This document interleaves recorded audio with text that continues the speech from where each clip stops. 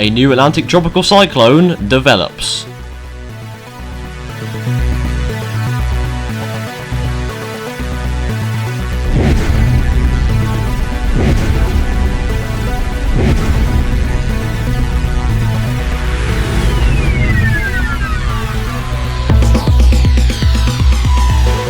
So here is 22L. It is just being designated now as a potential tropical cyclone with a position of 15.0 degrees north and 79.8 degrees west.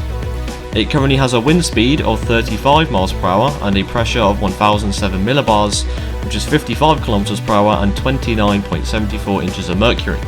It's currently moving north-northeast at 15 degrees at 9 miles per hour.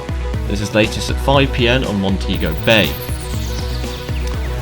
The storm currently has no wind field data, as it is just a potential tropical cyclone. However, as it develops over time, I'm sure it will grow one. So in the advisory, it does not include any wind field data.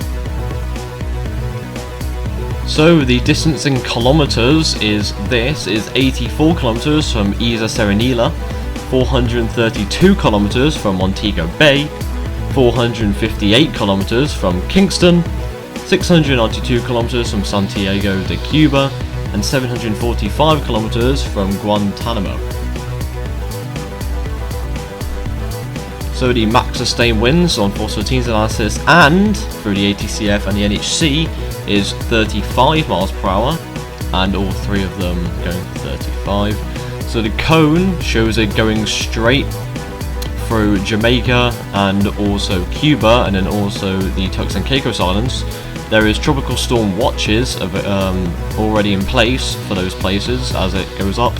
It's going to be a tropical storm going through them, and then it will weaken slightly as it heads off towards Bermuda, but not by a lot, it doesn't look like. But it's going to have some impacts to these areas inside the Caribbean, so I'll stay prepared.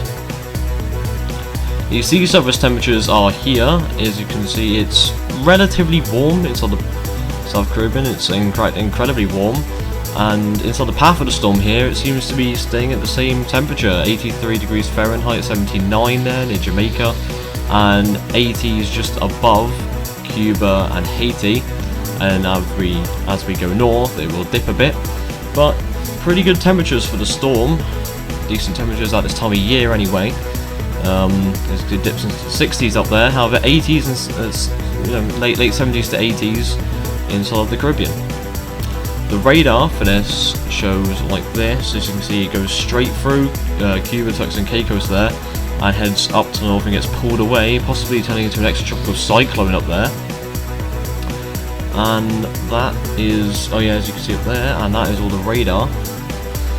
The models show it here as a tropical storm going through Cuba, Turks and Caicos, and then being pulled up into that frontal system very, very quickly, and spinning up into a slight extratropical cyclone there. I actually cannot see, and there's another extratropical down there, but that's got nothing to do with it.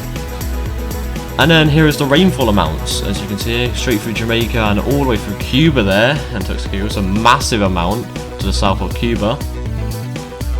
It seems like a lot. As it heads off north, it will produce less rainfall as it's already made its impacts.